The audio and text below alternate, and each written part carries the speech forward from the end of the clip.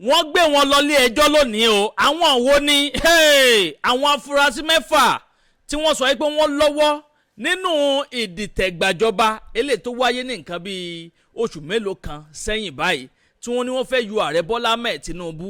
Wọ́n fẹ́ yọ wọ́n kúrò ní ipò agbára tí wọ́n wà yẹn káwọn ọmọ ológun kí wọ́n sì gbàjọba. Ẹ wò ó, tẹ́ ò bá gbàgbé ẹ̀yin èèyàn mi, ẹ rí i pé ó ti tọ́jọ́ mẹ́ta báyìí. Bẹ́ẹ̀ ni tọ́rọ̀ ẹ ti bẹ̀rẹ̀ sí ní jà ràràrà káàkiri gbogbo ẹ̀rọ agbágbé wípé àwọn kan wọ́n fẹ́ dìtẹ̀gbàjọba lọ́wọ́ Ààrẹ Bọ́lá Ahmed Tinubu.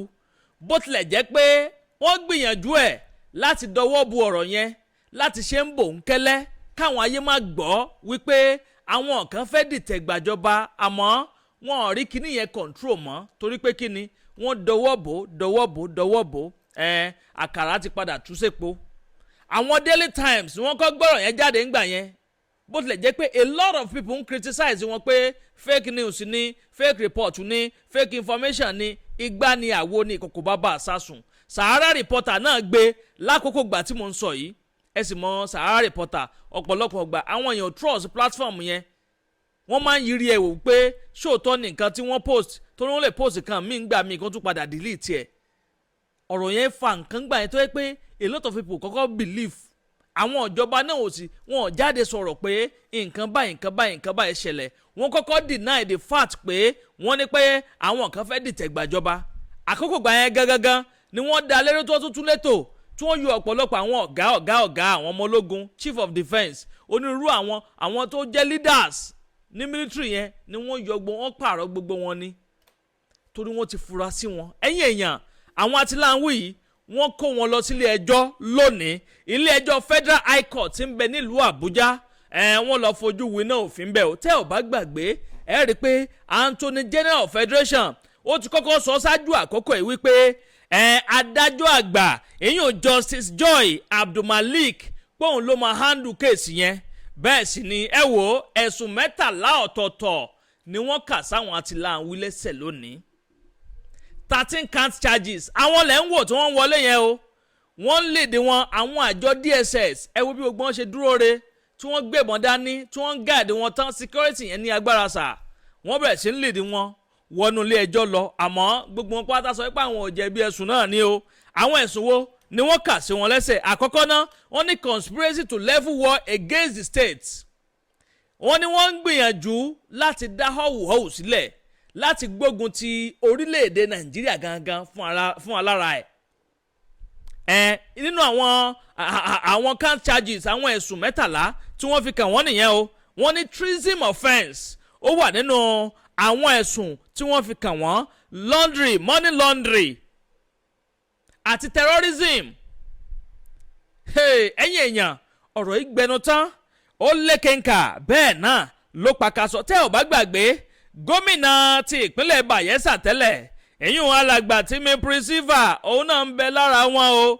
Tẹ́ ò bá gbàgbé, àkókò gbà tọ́rọ̀ yẹn kọ́kọ́ ṣẹlẹ̀ ṣe ló bẹ̀rẹ̀ sí ń sá kolobá káàkiri tí ń sá àsálà fún ẹ̀mí ara ẹ̀. Ọwọ́ ti padà tẹ̀, òun náà ń bẹ lára àwọn atiláwí tí wọ́n gbé wá sí ilé ẹjọ́ lónìí.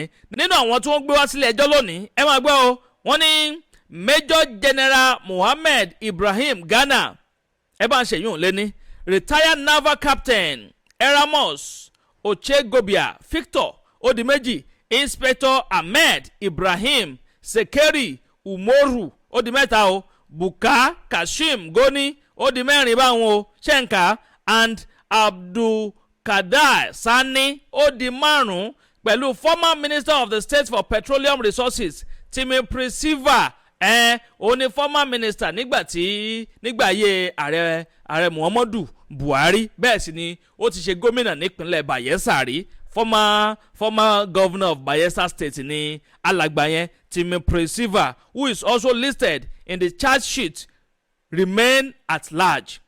Now kí làwọn nǹkan tó wá ṣẹlẹ̀ nígbà tí wọ́n dé ilé ẹjọ́ lónìí? Ẹ̀yin èèyàn, gbẹgẹdẹ gbiná gbogbo ẹ̀sùn tí wọ́n kà á lẹ̀ gbọ̀nràngbọ̀nràn yìí. Ǹjẹ́ jẹ́ mọ̀ pé gbogbo wọn sọ wípé àwọn ò jẹ̀bi ẹ̀sùn náà ni o. Wọ́n láwọn ò jẹ̀bi ẹ̀sùn wọ́n ò jẹ̀bi ẹ̀sùn torí wọ́n sún ìgbẹ́jọ́ yẹn síwájú. Àwọn kó tó di pé wọ́n sún ìgbẹ́jọ́ yẹn síwájú, ẹ jẹ́ n ka díẹ̀ fún yín. Pàápàá jùlọ wọ́n sọ̀rọ̀ nípa àwọn owó rọ̀kùrọ̀kú tí wọ́n bẹ̀rẹ̀ sí ń transfer tó ń wọnú àkáǹtì ń jáde tí ń wọlé tí ń jáde, àwọn tí ń ṣagbátẹrù wọn, àwọn tí ń sponsor wọn, àwọn tí ń ra gbogbo equipment fún wọn, àtìgbà wọn náà ti bẹ̀rẹ̀ sí ní plan gbogbo ìdìtẹ̀gbàjọba yìí, gbogbo ẹ̀ pátápátá ni wọ́n yànnàná ní ilé ẹjọ́ Federal High Court tí ń bẹ ní ìlú Àbújá ní òní olónìí náà ni o. Òní tó jẹ́ ọjọ́ 22 oṣù kẹrin ọdún 2026, ọjọ́ kẹtàdínlọ́gbọ̀n oṣù kẹrin náà ni wọ́n sún ìgbẹ́jọ́ yẹn ni wọ́n sún sí. Now ẹ máa gbé wọn ní the Federal High Court in Abuja on Wednesday ìyẹn tó jẹ́ òní ordered the remand of the 6 defendants in the custody of the Department of the State Service. Wọ́n ní kí wọ́n lọ remind wọn sọ́dọ̀ àwọn àjọ DSS títí tí ó fi di on the 27th of April tí wọ́n tún wá gba ẹjọ́ lórí ọ̀rọ̀ yìí. Ọ̀pọ̀lọpọ̀ àwọn ẹ̀sùn kànjàkànjà, àwọn ẹ̀sùn jàǹjàǹjà ni wọ́n ti kà sí gbogbo wọn lẹ́sẹ̀, bó tilẹ̀ jẹ́ pé gbogbo wọn sọ pé àwọn ò jẹ̀bi ẹ̀sùn yẹn, nọ́mátì náà nìyẹn, kó wọn lè sọ pé àwọn jẹ̀bi náà tẹ́lẹ̀, wọ́n láwọn ò jẹ̀bi ẹ̀sùn tí wọ́n fi kan àwọn, àmọ́ bóyá wọ́n jẹ̀bi o àbí wọn ò jẹ̀bi o, ìpàdé tún di April 27, 2026 tí a wà nínú rẹ̀ yìí ní nǹkan bí ọjọ́ bíi 5 sí àkókò yìí náà ni wọ́n ní wọ́n ti sọ fún wọn pé kí wọ́n ṣe ọ̀rọ̀ ẹjọ́ yìí kí wọ́n ṣe ń kán mọ́ kóbó kó má drag ẹ̀ pé wọ́n máa àjọ́n kí wọ́n tètè ṣe é kí wọ́n gbọ́ ìgbẹ́jọ́ yẹn ní kíákíá láì fi àkókò ṣòfò. èèyàn mi ẹ máa ń comment kẹ́ máa like kẹ́sì máa bá mi pín fọ́nrán ìkàkiri lógúnlógún lọ́gbọ̀nlọ́gbọ̀n, ẹ máa bó ṣíaṣía, ẹ máa bó kárakára, bẹ́ẹ̀ náà ní kan bá yẹn bó káàkiri tààràtààrà kó bá lè tètè kan ọ̀pọ̀lọpọ̀ àwọn yẹn lára. Ìlérí tí wọ́n là wá múṣẹ gẹ́gẹ́ bá ti ṣe ṣèlérí fún yín pé àníjẹ́ kójú yín fọ́, bẹ́ẹ̀ náà làsì níjẹ́ kétí yín di sí gbogbo àwọn ìṣẹ̀lẹ̀ tí bá ń ṣẹlẹ̀ káàkiri ilẹ̀ wa pàápàá jùlọ nílẹ̀ Yorùbá tiwa ń bì. Àdàbà ọ̀nà ní àsùngbẹ́ iná ń jó ẹ̀yẹlé gbéra ńlẹ̀, àdàbà atúntì fòfẹ̀rẹ̀ awọ̀lú sọ̀lúdẹ̀rọ̀ pẹ̀sẹ̀.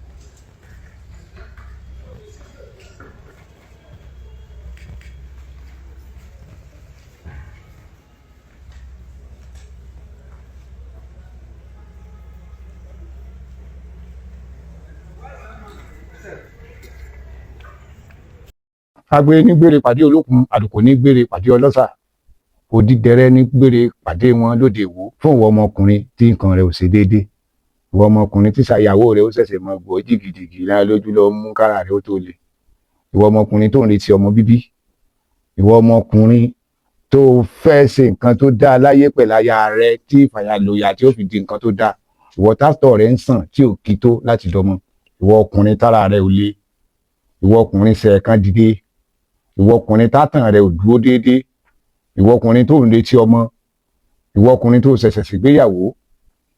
Ọgbọ́ capable herbal energy capsule ló nílò fún gbogbo àìṣedéédé ara rẹ̀ kó o lè jẹ́rìí sọmọ bíbí àti nǹkan tó dáa láti ṣe.